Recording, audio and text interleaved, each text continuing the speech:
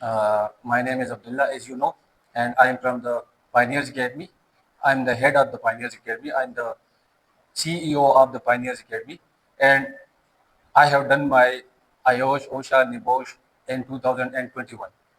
And that time, there were no or little academies who were offering IOSH, OSHA, and NIBOSH. As you know that IOSH, OSHA, and NIBOSH, these all are courses of the occupational safety and health. What is occupational safety and health? Occupational safety and health is a course, is a training which provide prevention or protection to the workers in the workplace. It's so simple. यानी कि work place safety में जितने भी workers हैं उनको safety या safe माहौल provide करना, इसको हम ऑक्यूपेशनल सेफ्टी एंड हेल्थ कहते हैं। ठीक हो गया? अच्छा, now come to the point. As you know that there are new students in every class. मिसाल के तौर पर हमारे पास अभी इस क्लास में 2-3 नए स्टूडेंट्स हैं। So I have to repeat that what is safety, what is environment, what is hazard. I have to repeat that. Okay. So first of all, what is safety? Anyone? अच्छा, safety is the prevention or protection of people, property and environment. रोजमर्रा की जिंदगी में या काम की जगह पे आप वर्कर्स को सेफ्टी प्रोवाइड करते हैं, और रोजमर्रा जिंदगी में आप जब कोई काम करते हैं, कोई ड्यूटी करते हैं, तो आप खुद को सेव करते हैं, उसको हम सेफ्टी कहते हैं। अच्छा, एक होता है जनरल सेफ्टी, एक होता है ऑक्यूपेशनल सेफ्टी। जनरल सेफ्टी में हम डेली जो रोजमर्रा के काम करते हैं उसमें हम जो एहतियात करते हैं खुद को महफूज रखने के लिए, उसको हम जनरल सेफ्टी कहते हैं। और एक वर्क प्लेस सेफ्टी में, वर्क प्लेस कौन सी जगह है? What is work place? Work place is the place of work, the place of work, the site, the factory where workers work. वो फैक्ट्री, वो काम की जगह जहाँ पे आप काम करते हैं, वो ऑर्गेनाइजेशन जहाँ पे आप काम करते हैं, उसको हम वो कहते हैं वर्क प्लेस। अच्छा, वर्क प्लेस में हम वर्कर्स को सेफ रखने के लिए जो एहतियाती तदबीर अपनाते हैं उसे हम क्या कहते हैं? Work place safety. अच्छा, ये तो हो गया जनरल सेफ्टी और वर्क प्लेस सेफ्टी। अब हम आते हैं व्हाट इज सेफ्टी।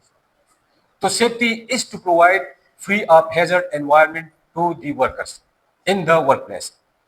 Workplace में हम जब किसी hazard किसे कहते हैं?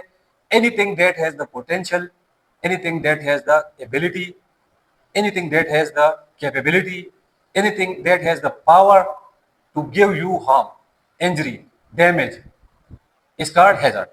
यानी कि हर वो चीज जिसमें ये सलाहियत मौजूद है कि वो आपको नुकसान पहुंचा सकता है, या तो उसे क्या कहते हैं? हैजर्ड। यानी कि आम जुबान में हम कहेंगे कि कोई नुकसानदेह चीज को हम हैजर्ड कहते हैं। अच्छा, मिसाल के तौर पर एक ये मेरे हाथ में ये मार्कर है, इस मार्कर में ये सलाहियत मौजूद है या नहीं कि ये आपको नुकसान पहुंचाए? ये मार्कर जो है ना, ये बड़े काम की चीज है। हम इससे व्हाइट बोर्ड पे राइट करते हैं, हम इस पे लर्निंग करते हैं, सीखते हैं, तो ये तो बेनिफिशियल हो गया। अब इसमें हैजर्ड कहां से आ गया? When we use this marker not accordingly, जब हम इस मार्कर को जिस मकसद के लिए बनाया गया है इस मकसद के लिए यूज नहीं करेंगे, अदर मकसद के लिए यूज करेंगे, तब ये हैजर्ड बन जाता है।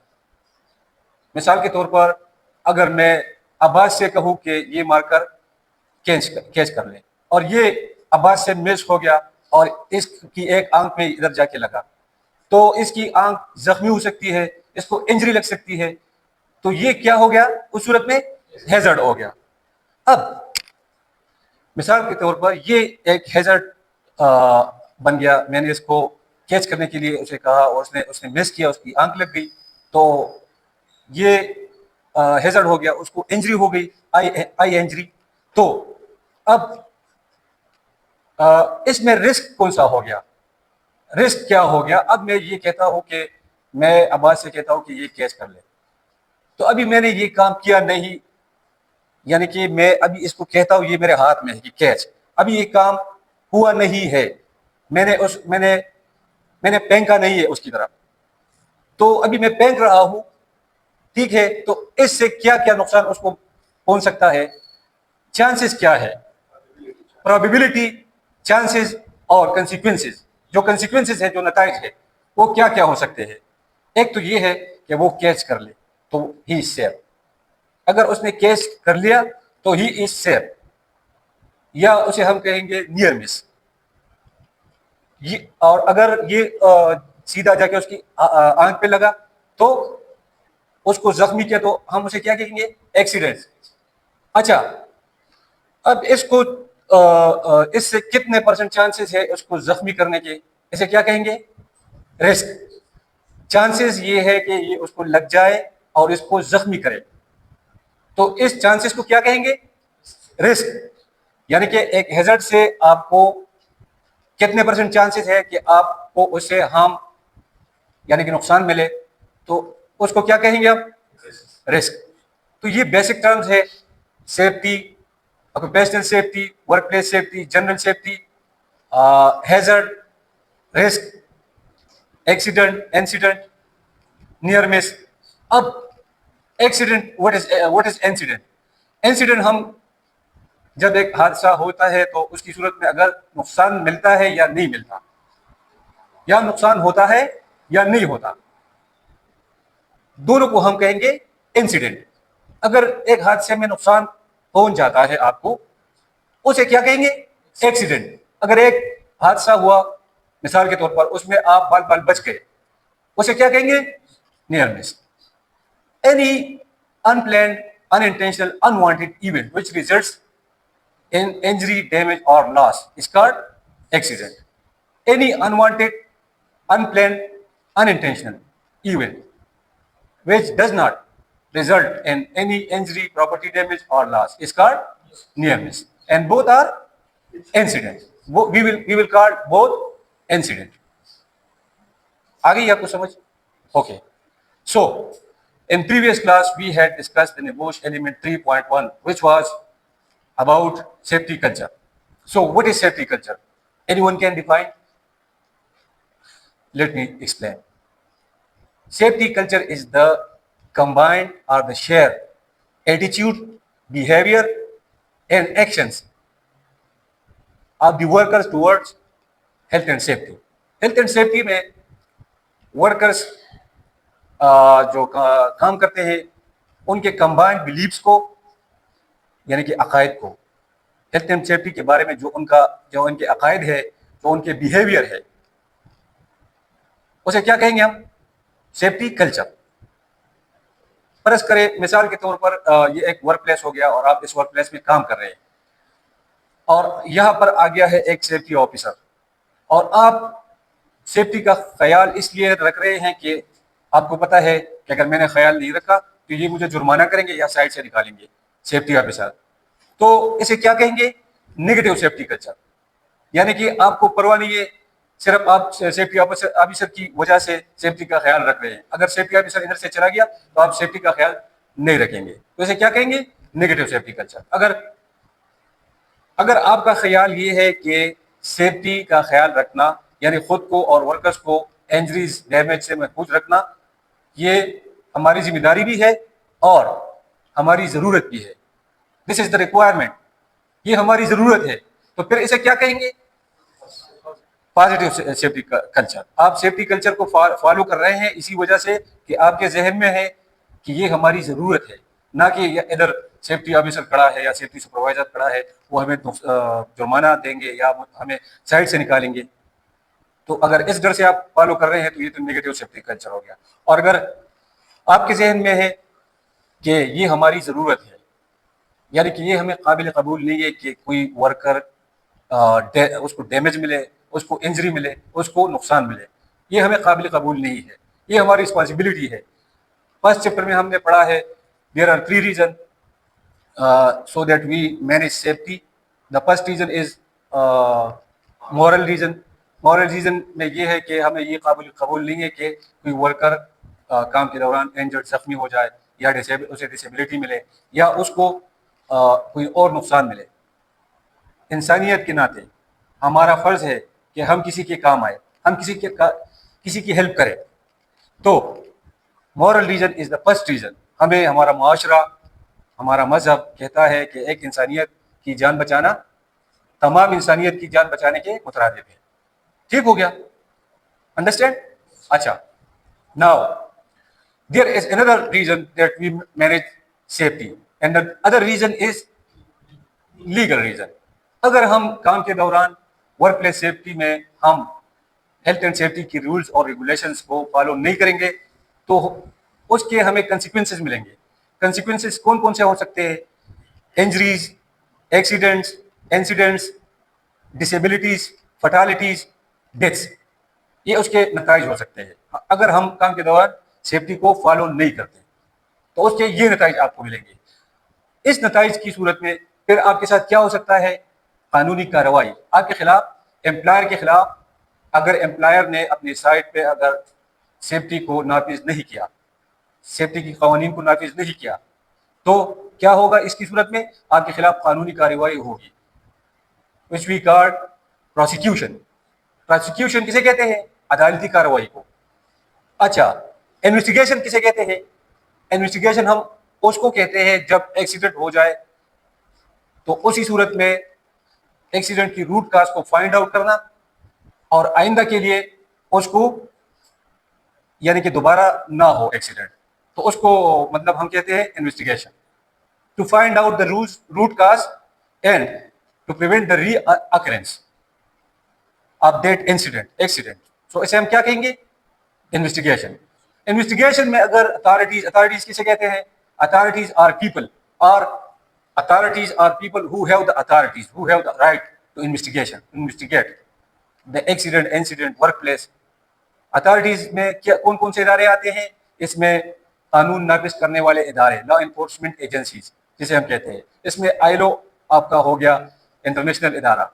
ये भी आपको, इसमें आपका लोकल जो मैनेजमेंट सिस्टम है, यानी कि टॉप मैनेजमेंट, ये भी आपसे इन्वेस्टिगेट कर सकता है। अगर थर्ड पार्टी इन्वेस्टिगेटर आ गया बाहर से, थर्ड पार्टी में प्रोसिक्यूशन भी आता है, थर्ड पार्टी में अथॉरिटीज भी आता है, पुलिस, अदर एजेंसीज, ये सारे आपसे पूछगछ कर सकते हैं, मतलब ये आपसे इन्वेस्टिगेशन कर सकते हैं।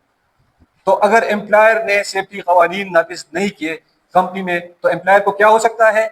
जुर्माना हो सकता है। उसको क्या और क्या मिलेगा? और उसका लाइसेंस जो है वो कैंसलेशन ऑफ लाइसेंसेस, उसका लाइसेंस मनसूख हो सकता है। अच्छा, तीसरी क्या उसमें हो सकता है रिएक्शन लीगल में?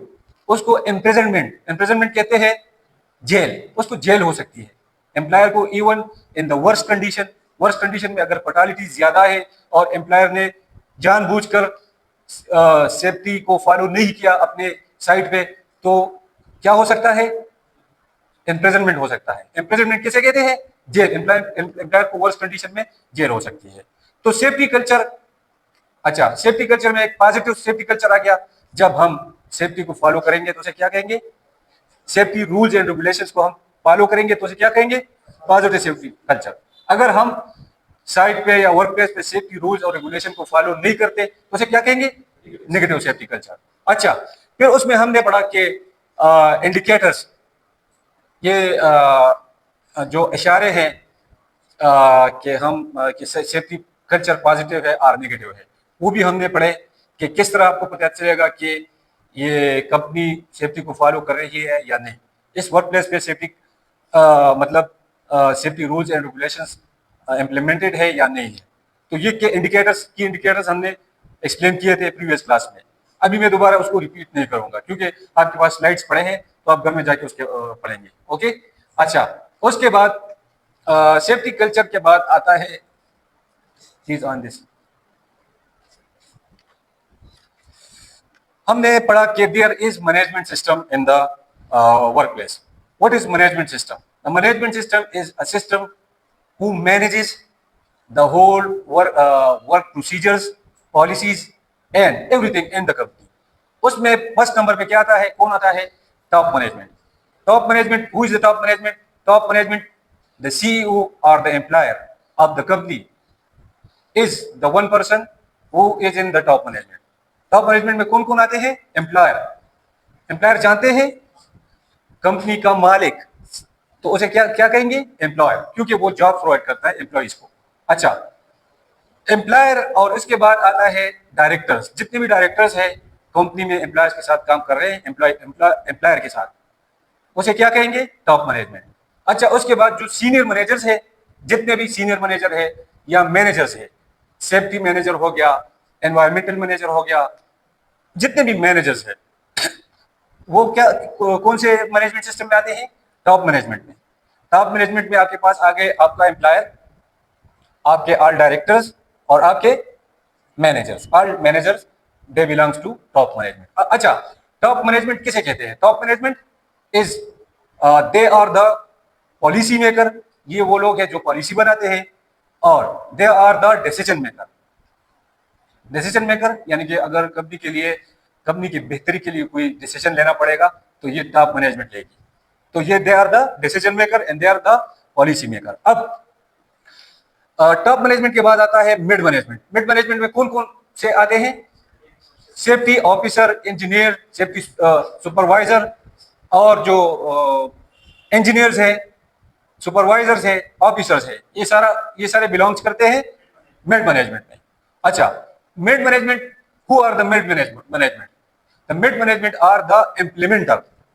दे are the implementer of the policy, they are implementer of the rules and regulations. यानी कि कंपनी में जितने भी सेफ्टी से रिलेटेड कवानीन है, उसको नाफिज करने के लिए ये काम किसका है? मिड मैनेजमेंट का है। वैसे तो टॉप मैनेजमेंट भी इसमें शामिल है, लेकिन ये इंप्लीमेंट करते हैं, करवाते हैं। टॉप मैनेजमेंट करवाते हैं इंप्लीमेंट किससे? मिड मैनेजमेंट से। अच्छा, तो देयर इज लो मैनेजमेंट। एक सिस्टम में, इस सिस्टम में एक लो मैनेजमेंट आता है। लो मैनेजमेंट में क्या आता है? कौन कौन से लोग बिलोंग करते हैं इसमें? Workers, all workers belongs to low management. और and who are they? They are called the workforce. जो जितने भी काम होते हैं कंपनीज में, ये स्किल्ड वर्कर्स होते हैं, ये स्किल्ड पर्सन होते हैं, और वो काम, ये प्रोजेक्ट्स इन्हीं की वजह से कंप्लीट होते हैं। तो जो लो मैनेजमेंट है, उनको सेफ एनवायरनमेंट प्रोवाइड करना होता है कंपनी में। इसी वजह पे हम उन पे कवानीन नाफिज करते हैं सेफ्टी के, हेल्थ एंड सेफ्टी के, ताकि उनको इंजरी ना मिले, उनको नुकसान ना मिले, उनको फर्टालिटीज ना हो, उनको डैमेजेस ना मिले। इसी वजह से हम सेफ्टी उन पे इम्प्लीमेंट करते हैं। सेफ्टी किस पे इम्प्लीमेंट होती है? लो मैनेजमेंट पे। मिड पे भी होती है, टॉप पे भी होती है, लेकिन किसके लिए ज्यादा जरूरी है? वर्कफोर्स के लिए, क्योंकि वो प्रैक्टिकली, मतलब एक बंदा है प्लम्बर है, इलेक्ट्रिशियन है, दूसरा बंदा है, मतलब लो मैनेजमेंट में जितने भी वर्कर्स आते हैं, उनके लिए, उनकी सेफ्टी के लिए हम health and safety rules and regulation नाफिज करवाते हैं। तो ये काम कौन करेगा? Safety officer, safety supervisor. इनकी रिस्पॉन्सिबिलिटी है कि वो लो मैनेजमेंट को की सेफ्टी का ख्याल रखेंगे। क्लियर हो गया? अच्छा, now come to the point, senior management set policy. ये तो हमने अभी पढ़ा कि टॉप मैनेजमेंट जो है वो पॉलिसी मेकर है, पॉलिसी बनाते हैं। They also set priorities and targets. ये प्रायोरिटीज, तरजीहात को सेट करेंगे, एंड टारगेट्स, जितने भी टारगेट्स अचीव कर रहे हैं उनको सेट करेंगे। ठीक है? अच्छा, they must inspire and motivate. ये हौसला भी देंगे, इंस्पायर भी करेंगे, हौसला अफजाई करेंगे वर्कर्स की। ठीक है? Their leadership cascade through the organisation. Cascade किसे कहते हैं? यानी कि आईने में जो अपना चेहरा देखते हैं ना, तो ये अक्कासी करते हैं। कैस्केड मीन ये अक्कासी करते हैं, मतलब वर्कर इनको देख के इनसे सीखते हैं, टॉप मैनेजमेंट से, के सीनियर मैनेजर से, टॉप मैनेजमेंट से, कि ये सेफ्टी को फॉलो कर रहे हैं, ये हमारे लिए कर रहे हैं। तो इसी वजह से ये उनको देख के उनसे सीखते हैं। अच्छा, visible leadership, behaving safely. Behaving safely किसे कहते हैं? कि हम सेफली बिहेव करेंगे। ये तो क्लियर है ना कि वर्कर्स और टॉप मैनेजमेंट, लो मैनेजमेंट, ये सेफली बिहेव करेंगे। अच्छा, environment is safety meetings. Safety meetings में हमारा एनवायरमेंट, सीनियर मैनेजर या टॉप मैनेजमेंट वो सेफ्टी मीटिंग्स में अपनी एनवायरमेंट शो करेंगे, वो सेफ्टी मीटिंग्स में आएंगे। अच्छा, doing safety tours and audits. ये सेफ्टी टूर्स भी करेंगे, साइट पे विजिट भी करेंगे, और ऑडिट्स भी करेंगे। ऑडिट यू मीन एक चीज की जांच पड़ताल, या इस चीज का मुहासिबा या इसका हिसाब किताब, इसको क्या कहेंगे? हाँ, ऑडिट इसे कहते हैं, किसी चीज का मुहासिबा करना, किसी चीज की जांच पड़ताल करना। जांच पड़ताल कहते हैं, आपको पता है, इसको ऑडिट कहते हैं। सेफ्टी ऑडिट्स यानी कि जो सेफ्टी का जितना रिलेटेड वर्क है ना, उसकी जांच पड़ताल को हम क्या कहेंगे? Audits, safety audits. Promoting changes to improve safety, अच्छा, जो काम हो रहा है उसमें हम चेंजेस लाएंगे, day to day changes improvement के लिए, ताकि काम में इंप्रूवमेंट आ सके। ठीक हो गया। अच्छा, enforcing rules through use of discipline, अच्छा, काम के दौरान डिसिप्लिन कायम करेंगे, क्योंकि हमें रूल्स को इंप्लीमेंट करना है। ठीक हो गया।